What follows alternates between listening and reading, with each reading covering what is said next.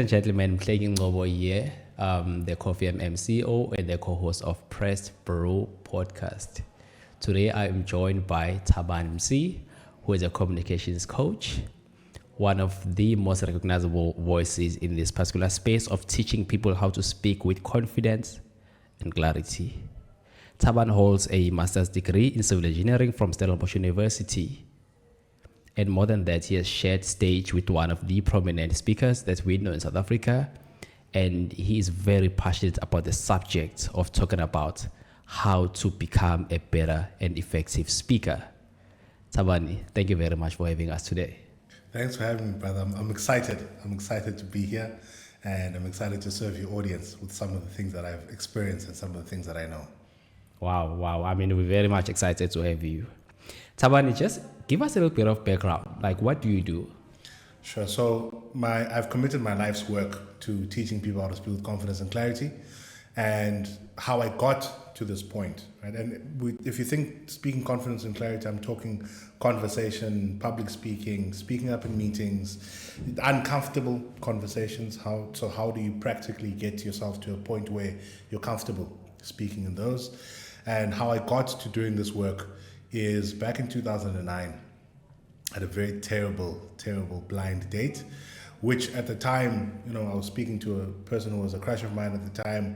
I spoke to her, I ran out of conversation, but that instance showed me that there was a problem.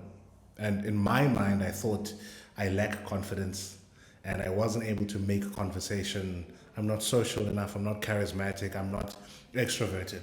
Right? And in that moment, I then started realizing that in other aspects of my life, I had this issue. So I'd observe myself in social settings, I'd get overwhelmed.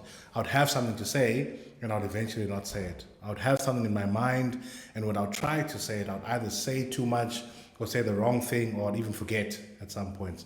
Then I realized that there's an issue. There's an issue in my life that pertains communication, and I went on the internet and I looked around.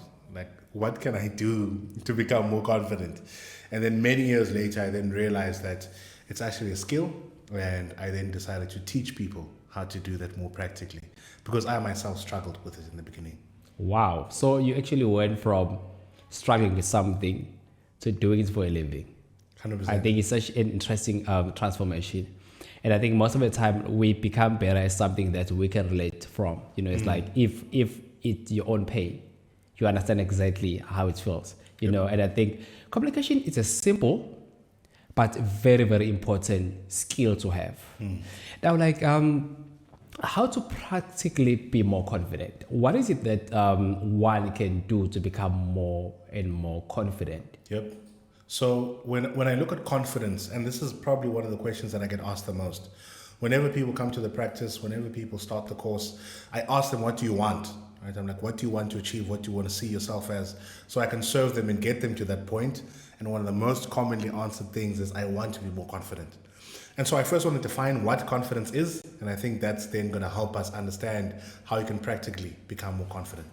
So when we define confidence, we look at, I say there are three levers. Now, let's first define what confidence is. In my mind, confidence is how long it takes you to move from uncertainty to action.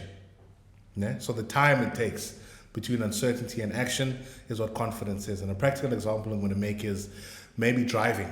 So the first time you drove a car, the amount of time it took you to get that car to moving to what it takes today has drastically decreased. So the shorter the time, the more confident you are. The longer the time, the less confident you are. And with other people, that time never ends. Some people never get inside of a car.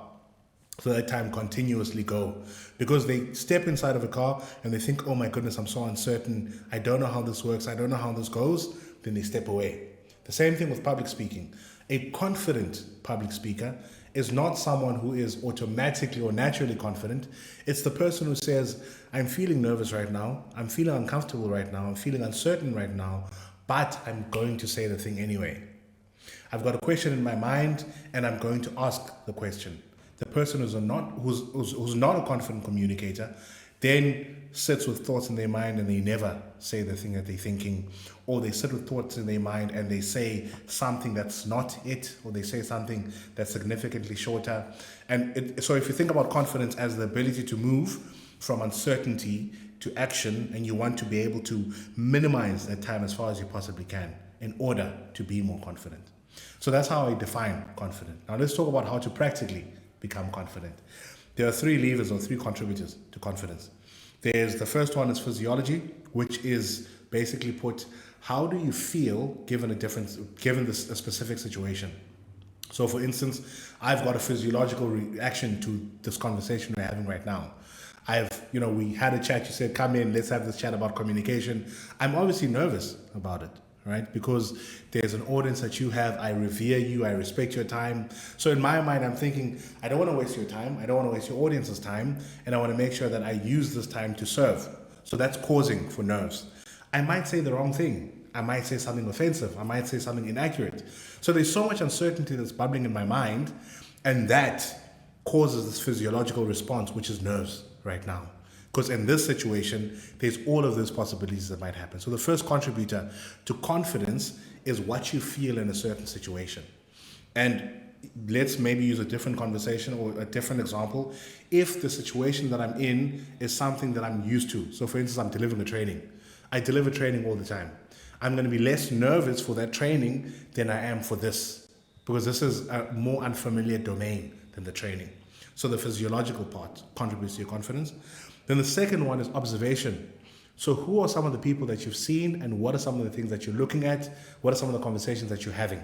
That contributes towards your confidence. So for instance, if I'm surrounded with people that are talking big things, they're making big moves, right?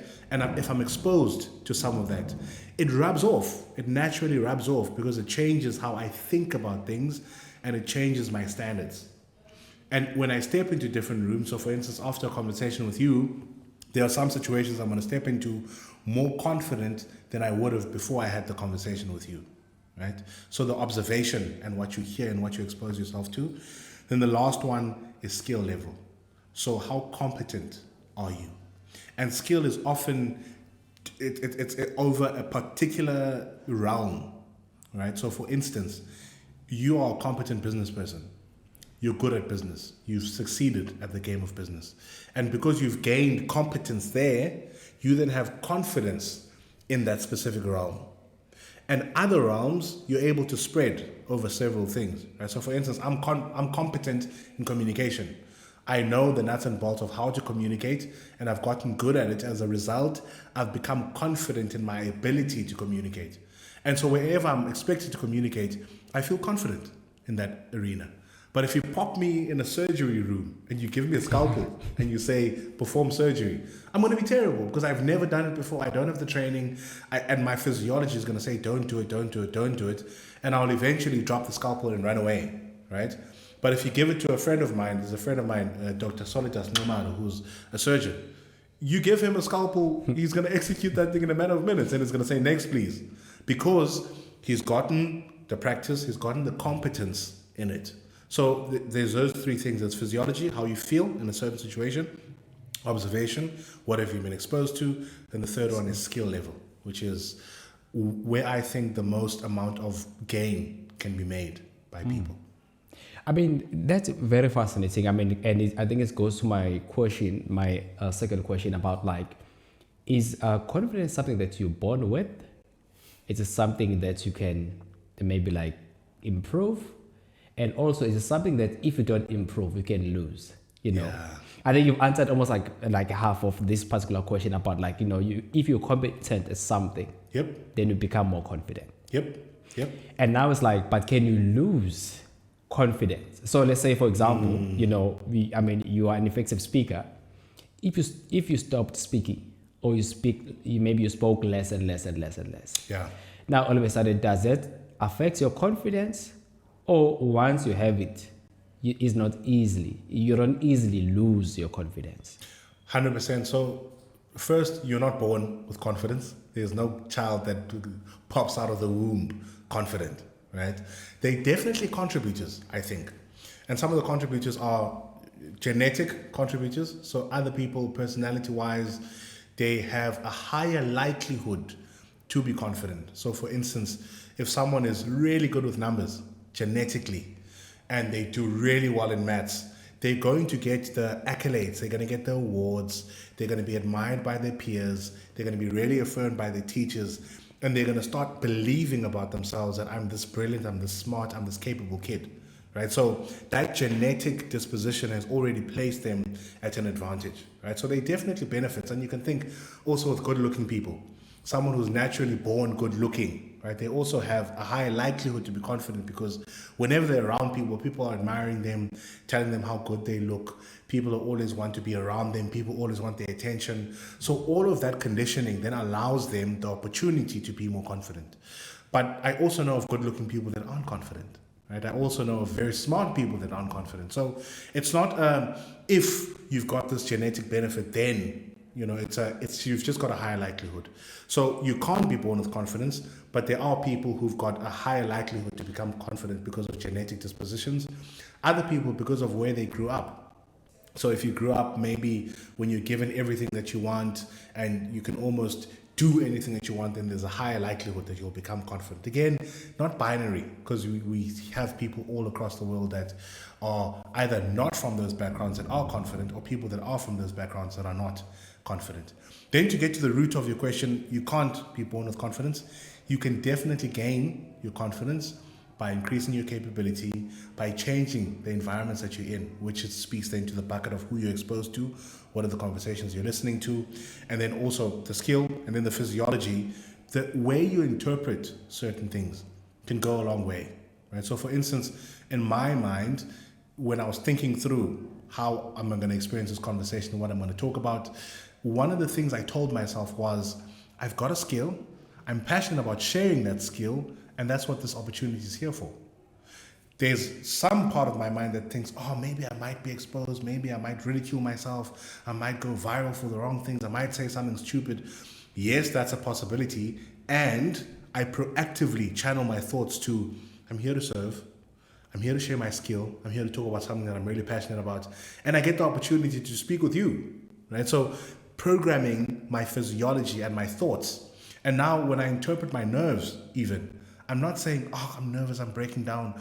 I'm saying, I'm nervous, then I must care about this thing that I'm here to do, right? So instead of interpreting nerves as something wrong, I'm interpreting them as something very positive, because I'm nervous that it means that this is meaningful and this is something that has an impact. So I must show up accordingly, right? So those are some of the things you can do to increase your confidence. And those are some of the realms that you can increase your confidence in.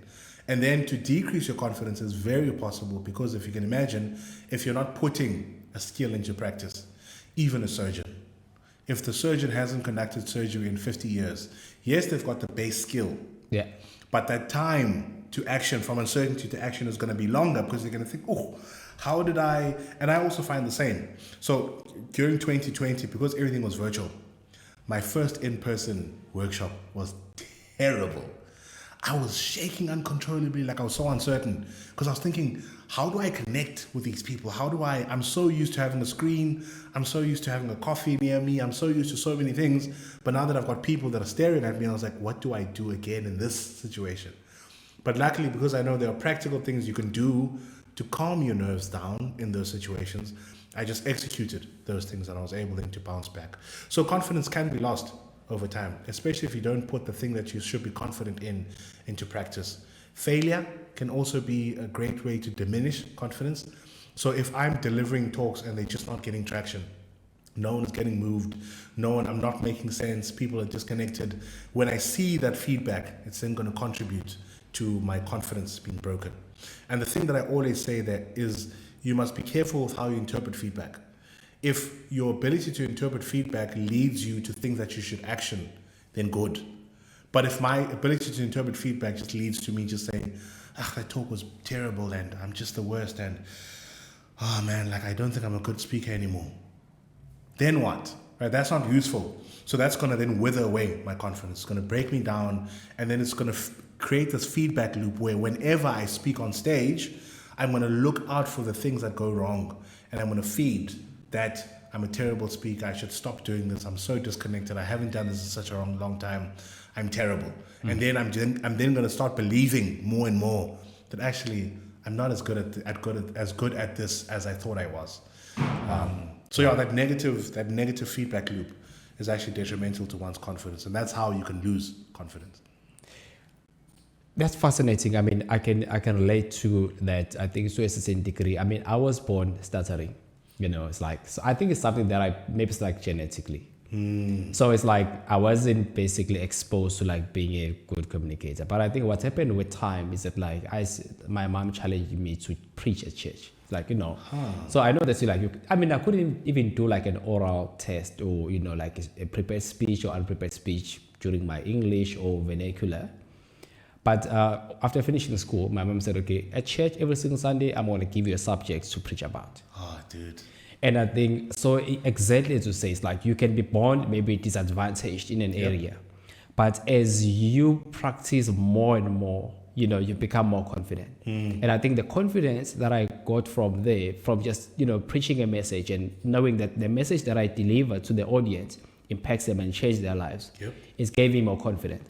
And I think to a certain degree, that also translates to the other areas of my life, whether it's like entrepreneurship, that you know what, I met her, I've got a story to tell, and I can share my story in such a way that it helps someone. And I think that goes a very long way in terms of just giving you that confidence and helping you, even just on your daily life endeavors, whether you are a career person or you're building a business or whatever. The ability, when you are more confident, you are able to actually spread those across whatever that you do every single day.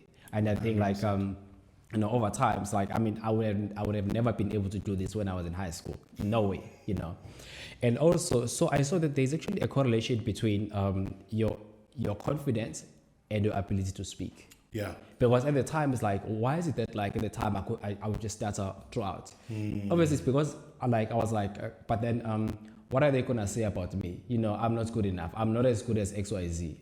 But I think the fact that I understood that, okay, you know what? Whatever message that I carried could help someone make their life better. It gave me more confidence, And I think as someone who started then, who starts now, it's like, I can actually understand that you can be born almost like from a back foot. But if you're doing something that gives you confidence, you can build your confidence that eventually helps you even in the other areas of life. 100%. Now, like, does your confidence affect one's ability to make decisions? Yeah. So if we look at the definition that I put, our working definition, which is confidence is the time it takes you to move from uncertainty to action. And if you think with decision making, which is an action in and of itself, right? If I'm not confident about my ability to make a decision, I'm going to take longer to make decisions, right? And I personally struggled with this. For the longest time, I narrated myself as someone who was indecisive. And that's what I called myself. I say, I'm always indecisive, which, by the way, and I think we should touch on this a bit later, is one of the most crippling things. The things that you say to yourself about yourself when you're by yourself will probably more detrimental than the actual ability you have. So me calling myself indecisive actually perpetuated my being indecisive until someone said, I think it must have been Barack Obama actually. He said the decisions he makes are 51% there. Like he never looks for 100%. He just needs to be 51% sure. He makes the call and then he moves forward. I was like, man, if I just need 51%, then I should be making significantly more decisions. Then someone else said, the more decisions you make, the more confident you become in your decision-making ability, right? Again, using action as a proxy to gain confidence. And so you can think that if you're someone who doesn't make sufficient decisions, or you've got a particular narrative in your mind about your ability to make decisions, then your confidence is going to be impacted, i.e. you're going to take long to make decisions. And also then you're going to be very hyper focused on, I've made this decision. You're going to have so much riding on that one decision. Because if you're making fewer decisions, then it means that every decision feels like a big decision. But if you're consistently making decisions, it's like, some of them are wins, some of them are, you hit that one out of the park, and some of them, not so well. And even with those, you then start thinking, what other decision can I make to sort of get myself out of that? So it's like an action thing. The more decisions you make, the better you get at them, and the more you enforce those feedback loops about how you can sharpen your decision making, then the better you can get. And if you don't have that confidence, i.e. your time to move from or from uncertainty to action is long, then you just are not going to have the capacity for decision making, and you're not going to have the capability or the competence to make decisions. So 100% confidence impacts your decision making. I think it's quite interesting because I'm listening to you and you're not even talking about making a good decision. You're talking about making a decision. Just making, yes. You know? So like I get it says that like it's better to make a decision, even a bad decision, than not to make a decision. You know? For me, that is a philosophy that because I really believe in the power of iteration. I really believe in the power of reps, right? I would rather make, and there's actually a study, it's unfortunate that I can't cite the study, but the study says, they took two groups, and these were people who are in an art class and they were making pottery. It says those two groups, they said to the first group, you guys must make the best pieces that you can make. We're giving you a term to make the best pieces you can make. And I could be getting the timelines wrong, but the principle still remains. We're giving you a term to make the best pieces you can make. And the volume is up to you. Just make the best piece you can make given the time. And with the second group, they said, just make as many pieces as you can make. Doesn't need to be the best, just make as many pieces as you can make over the same time frame. And over that time frame, the second group made better and more pieces than the ones that just were looking for the perfect pieces, right? So I always use that as a frame in my mind to say that the more iterations I can do, then the better. Whenever I'm speaking with someone who says, I'm such a bad public speaker, I'm so terrible and I'm the worst, and I always inquire about how many talks have you delivered in your life? 7 to 10. I'm like, do you understand that I have had more mistakes than you've had tries? Do you know what I mean? It's like, if we look at talks as the goal, I have more goals, I have more shots than you have actual goals. And it stands that I'm going to have significantly more goals because you just don't have enough volume.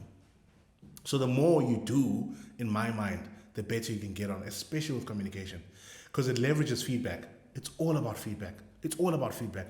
Even the person who so-called was born with the ability to speak, the person who's a natural speaker, all that happened in their life is that they got feedback loops over a short period of time. You'll typically find these are the kids who will say, like you're saying now, right? My mom forced me to preach. Or at home, I was forced to speak to a big family. And inevitably, when you're put in those situations, you have to get feedback. And if you're doing time and time and time and again, you have to refine the previous time to the next time, right? Which is my favorite thing to say to people who say they're terrible and they want to get better. I say, over a 3-month period, do 100 talks. And I promise you, in that, if you can do 100 talks within 3 months, you can't not get better. It's not possible because you're doing so many reps and you're getting so much feedback, and it's natural for us as humans to adapt and to adjust. So those iterations, right? But if you look at, let's say someone lives 100 years, if I say do 1 talk every year for 100 years, by the time you get to the 100th talk, you could be still terrible because your reps have been spread over a long period of time. You do one in January, you don't do anything, you do one the next January. You don't do anything, you do on the next January, you don't do anything. So because the time frame between your reps is so long, you don't even have the mindfulness to say, this is what I did bad last time, and this is how I want to improve it. Or this is what I did really well last time, and this is how I want to improve it. But then if you have a lot of reps within a short space of time, it is inevitable. I can guarantee you this for you to improve. So the more you do something, the better you become. It's like 100%. Inevitable. 100%. In my mind, 100%. Wow. Now, what advice would you give to someone who say, you know what, I want to be like you, Thabani. I want to be a public speaker. I've got a very interesting story to share, but then I'm just unable to do it. Maybe at your level, it's like I'm a public speaker. I've got a message that I want to share, but every time I go on stage, I get nerves. I overthink. What 1 or 2 advice would you say? Okay, these are the things that you need to consider when you're going to a stage to become a public speaker. Yeah, so if you're someone who wants to venture into public speaking, which in my mind is a different realm than someone who just wants to be able to contribute to a meeting, just wants to have conversation, just wants to be able to start conversation. And maybe I'll bucket those two pieces of advice. So let's start with the person who says, I want to be on a stage. I want to be able to address huge audiences. I want to be able to impact lives on lives on lives on mass. So with that individual, I would first say, be clear about your message. The reason why I'm saying this is I'm going to give an extreme example to sort of drive this point home. Let's say, Mhlengi, it's an evening that you wake up on your bed and you're sleeping. You're in your boxes, you're in your vest, and then you start smelling smoke. And you quickly realize that, no man, my house is on fire. You wake up, the minute you get outside, the first thing you will do is to call for help, right? You'll say, fire, fire, fire. My house is on fire, I need help, right?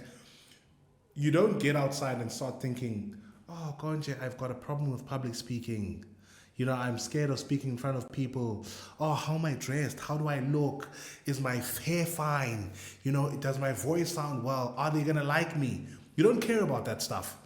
And that's because the message that you're carrying is so compelling that anything outside of it is useless, right? You've got a fire, your house is on fire, and you need to tell people about it, and you need to tell as many people about it as possible. So the first thing I'll say to someone who wants to pursue a career in public speaking, find a compelling message, because that compelling message is going to put you in positions where you're like, I don't care how I sound right now. I don't care how I look right now. I don't care whether they like me or not right now. But the message I have is so important that I don't actually have the luxury to fall into thinking about myself. And that's what happened to me with the speaking thing. Right? For me, I got so compelled with my journey, with my 6-year journey, because when I found out to the point where I was comfortable speaking in public and people started, saying you're brilliant, you're great, was about a 6-year period. And when I realized that I'm not a naturally confident person, I struggled with this. I had social anxiety. I was so compelled by that message. I was like, I can't not speak about it. It burns on my heart so much that I don't care how I look. I don't care what stage of life I am. I don't care whether or not I'm qualified to speak, right? I don't care whether I'm speaking to an audience of people that are older than me, more qualified, richer, they're more good looking. But what I have to share is so compelling that I can't afford not to share it. So the first thing I'd say, find a compelling message. And the second thing next to the message, I'd say, find an audience that needs this compelling message. So for me, I was very compelled with the message, but I'd find that if I'm speaking to people who don't realize or don't even have the issue of struggling with public speaking, or they don't have public speaking anxiety, they didn't receive my message well. And so you'd find that the feedback loops were more negative there, because I'd see them, they're on their phones, they want to leave, they're not interested. Yes, part of it was on my skill and my ability to be compelling and to sound powerful, which is going to be the third one, but we're going to get there. But find an audience that needs to hear the message that you have, because that's then going to reinforce the importance of it. It's going to reinforce the usefulness of it. You're then going to get positive reinforcement for yourself, because people are going to say, thank you for the message, very useful, we really enjoyed it. And that's great at building that confidence that you need. So you've then found an audience. Then the third one is then to work on yourself. Work on your skill set. And I want to break the skill set down into, let's maybe say 3 areas. So the first one is knowing how to structure and communicate messages. So structure is important. This conversation that we're having, if you ask me a question and I ask you something and I give you an answer that's not related to the question, but somewhat in my mind related to it, and I'm unable to communicate it in a structured manner, then it becomes compromised, right? So the structure is important. So try and find the structure that's most compelling for your audience. This is the first thing you want to work on for yourself. The second thing you want to work on is then I'll call it the performative element. And the performative element is about, how am I using my voice? How am I using my body language? How am I using my eye contact? So am I avoiding eye contact as I talk to you right now? Am I, is my voice, Bafo, I'm really passionate about, And my body language as well. When I say I'm hyper passionate about the thing that I'm talking about, you're not going to believe me if I say, Bafo, I'm very passionate about public speaking, it's one of the things that I live for, and yeah, I think people should, be able to like my body language is not speaking to the thing that I'm talking about, and all of that just requires intentionality, right? Because I know whenever I'm going to speak, I know that I need to put my posture up. I need to raise my eyebrows because that helps with how enthusiastic I sound. I need to raise my volume because that helps with compelling individuals, right? And it also contributes to how passionate I feel about something. But I also know that it's not about screaming, it's not about shouting. Sometimes I speak in a high volume, but sometimes I lower it down. Sometimes I speak a bit faster, and sometimes I need to slow the pace down to draw the audience in using a different method. So all of those are techniques that I can do, which I call the performative element of it, which can make me sound more compelling. So you want to work on your voice, body language, and how you use your eye contact. So those are 3 practical things that you can work on. And then the third one of those 3, because we've said, make sure you've got the structure, make sure you refine the performative element, which is you're able to use your voice, your body language, and your eye contact.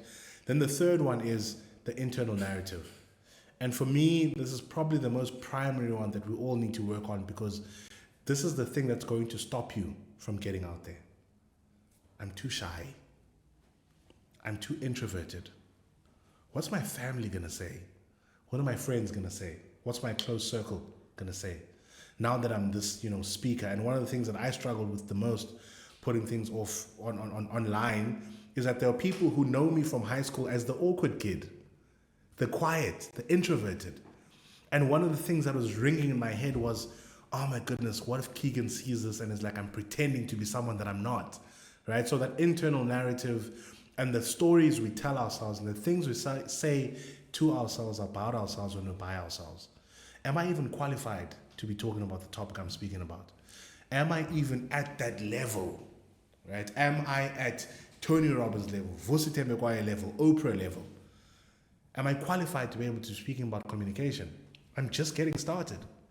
My business is still in its infancy. I'm not the person who's supposed to be doing that. And those are the narratives that block us from being able to do the thing. And if you're not mindful of what those narratives are, if you don't know what some of the things that are holding you back are, then the best place to go look is what are the excuses you make. So for me, I'd have a conversation with someone, man, I really like your enthusiasm. I really like how you speak. Please come speak to our students. I'm like, yeah, not me, And then the excuses I'd make were, I don't know what I'm going to talk to them about. I'm in no way, shape, or form a role model to anyone. I don't know if they're going to gain benefit from that. And when I looked at all of those, for me, the narrative was, I'm not smart enough. I don't have the wherewithal to be able to deliver something and package something that's going to be valuable for the audience. And when I look back at where that comes from, I hardly got out of high school, right? And university, I hardly passed that, right? So all of those narratives then got built up in my mind. And whenever I'm faced with something, a company calls me, come do a keynote. We really like the stuff you put up on social media. We're a company that's this big. This is our revenue. This is what we want to achieve. Then I'm like, little old me. I can't speak to. So it's all of those narratives and the excuses that I'd make. I'm not qualified enough. And for mine, they were always around, you're not qualified enough. You're not smart enough. You're not good enough. You are not enough. Oh my word. For this thing. You're not ready. Not yet. And then I'd compare myself to other people. Oh, but Vusi spoke at this company. How am I going to speak at that company? I'm not Vusi. Right? So those comparisons. And the minute you are willing to grapple and fight with those and disprove those, then got your structure right. You've got your compelling message right. You know who the audience you're going to speak to. You then have lined up, the performative element of it. You know how to use your voice. You know how to use your body language. You know how to use your eye contact. And you've actually faced some of the demons that you have. Then you're A4 away to be able to speak on public stages. And then maybe let's speak to the person who, in meetings, struggling to contribute in meetings, struggling to start and maintain conversations, struggling to make small talk. You have ideas in your mind, but you constantly forget. The same framework around learn how to structure your thoughts. So take time to think. Actually. Take time where you're like, I'm going to use this 30 minutes of my day to think about something systematically. How would I speak about this idea to a 5-year-old, to a 15-year-old, to a 25-year-old? So start getting into the habit of structuring things out. And writing is great at this. Because the better you're able to structure your thoughts, the better you're able to communicate them. And then the second part around the performative or the delivery part of it, I would say ring fence a number of instances where you struggle to speak, where you're going to force yourself to speak. So let's use a meeting, for instance. I would say there's this meeting that we have on a weekly basis. We're talking to directors. I'm supposed to give an update. And in this meeting, I'm committing to asking 2 questions and I want to make 2 comments consistently. Whether or not I have questions or not, I'm going to ask 2 questions and I'm going to make comments. And the reason why you're doing that, again, you're trying to get those reps in, the iterations in, so you can feedback loop your way to competence. So that's the delivery part of it. And then demons. You always have to face those. You won't be able to deliver without being able to face those. Because those are actually the things that even when you're skilled, even when you're comfortable and confident, you'll still struggle. Even when you know all of the tricks, the tips, the tools, you'll still struggle with the demons that you face and the things you tell yourself about yourself when you're by yourself. And it's typically, I'm not enough or I'm too much. Too much of this, too much of that. I'm not enough of this, I'm not enough of that. Wow. You know what? I think it is just so much to actually unpack and think about. And I mean, as you said, I think usually the biggest challenge that we face in life is our ability to basically overcome our own demons. You know, it's like the things that we tell ourselves about ourselves when we buy ourselves. You know, and I think the way you just broke it down is sort of like how to overcome that, you know. Because I think if one is able to overcome themselves and think about like, what is it that I know that I can contribute? And also, if you understand that you are entrusted with a message to say, you know, and then you look at yourself as a servant, as you always say that, like, I'm a servant, yep. You know, and to be able to see yourself as a servant, now you know that, okay, you know what, it's not even about like, but I'm not good enough, you know. It's about the message. And also, like, what I believe in as my personal philosophy, whatever that you know in life, whatever that you go through, is so that you can share with someone. Yeah. You know, so that you can help someone. And sometimes helping someone is by sharing whatever that you know with them, you know. And I think, but when you put yourself in a position where you feel like, you know what, I don't know enough, or whatever that I know is not good enough for me to share with someone. Yeah. What would happen is that you're going to see yourself as if there's something wrong that you're doing or you're not good enough in whatever. 100%. Without realizing that whatever that you go through, you went through it so that you can share with others, so that you can make their lives better. Yep. So instead of focusing on being perfect, I mean, as you always say that, like, practice doesn't make you perfect. Practice makes you permanent, exactly. Yep. Because the more you do something, then you become better at it. Yep. But if you're going to be stuck on the idea that, like, but I need to be perfect, you will never be perfect. Because, I mean, as you say, there's so many factors that we go through every single day. You can prepare a talk the whole year, and something happens on the day of your talk that just throws you around, you know. And I think if you're able to overcome yourself, you know, if you are strong enough and you overcome yourself, you know that whatever that happens, I'm going to be able to deliver the message. Yeah. Whether I'm going to be stuttering on the meeting, whether I'm going to, you know, whatever that's going to happen. If someone comes to me and say, but then, no, Bafo, you're not good enough, it's not going to affect the importance of the message. 100%. Compelling message, as you said. Yep. You know, and also find the right person. Who is this message for? I mean, as an entrepreneur, I think about, like, knowing who your customer is as important as knowing who your customer is not. Yeah. So that you don't try and sell a product to the wrong customer. Yep. And I think to a large degree, it speaks to exactly this. You know, it's like, it's common to what you're saying. It's about finding the right message, the compelling message, and finding the right audience for the message in a beautiful way. Yeah. Ladies and gentlemen, we're going to take a short break. And then after this, we're going to be asking Thabani a few questions from our audience. So stay tuned.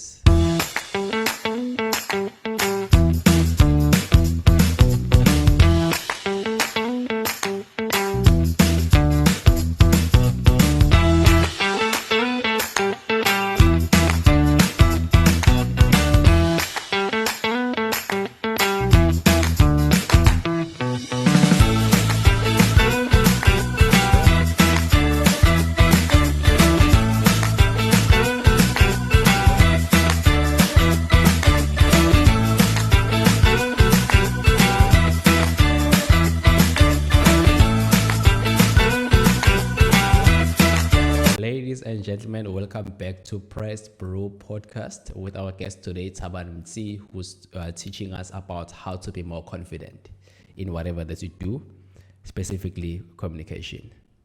Thabani, welcome back to the show. Thank you. I'm excited. Yeah. So, Thabani, one of the questions that we got from our guest is about home language. So this particular person is not English speaking.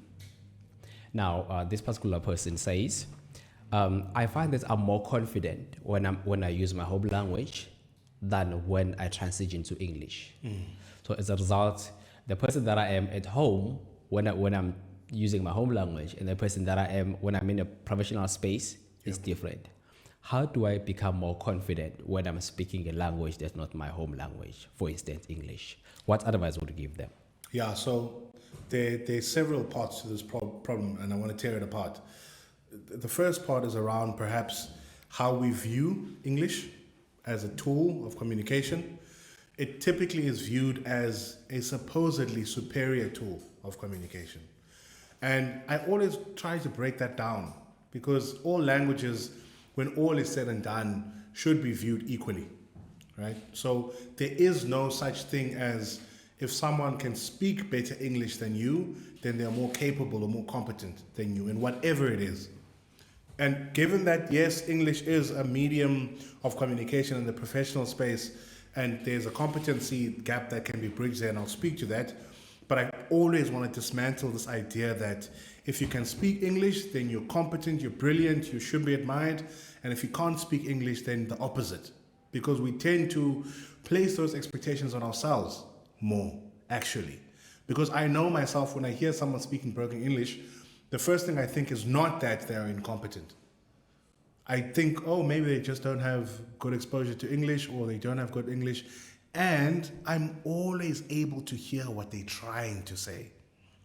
This is because most of the communication that happens is nonverbal. Whenever we communicate with each other, this is why you'll be able to watch a show that is of a different language, not read the subtitles so much, but know what's going on in the show more or less. Because you can see the emotions on people's faces. You can see when someone is angry, even if they say, vamos! You can almost see, they're angry, they're uncomfortable because emotion. So nonverbal plays a huge role. And then maybe let's get practical. Now that we've got the mindset out of the way. If you can't speak English, you can get better at English. And if you can't speak English, it doesn't mean that you are inferior in any way. Then how do you get better at English? Or how do you get more confident at speaking English? The competence, because there's a close correlation between confidence and competence. The most practical way you can get competent at speaking English is by hearing the language in use. What do I mean? And maybe let me give an example. To the people who are more competent at speaking the English language, if you were to take 100 people who are competent, 100 people who are incompetent, you'll find that the people that are competent have probably been exposed to hearing the English language being used. They've also tried to use it several times. They've probably also failed in using it more than the people who aren't good at it. So exposure is key. And what are some of the ways that you can expose yourself to today practically? One, listening to podcasts is a great way to get better at speaking English, especially English-based podcasts. You listen because this exposes you to how the English language is used in conversation. For instance, there are words today that I don't even know what the definition to them are, but I use them because I know the context of them. One of those words is nuance. Don't think I've ever looked at what the definition of the word nuance is. But because I've heard nuance being used in so many ways, I more or less know what the word nuance refers to. It refers to detail. I've never looked at the English definition. I've never opened up a dictionary and said, nuance. No. I've just heard it being used so much that I know how to use it. Right? So you need to hear the English language being used, or any language being used in practice. Podcasts are a good way to do this.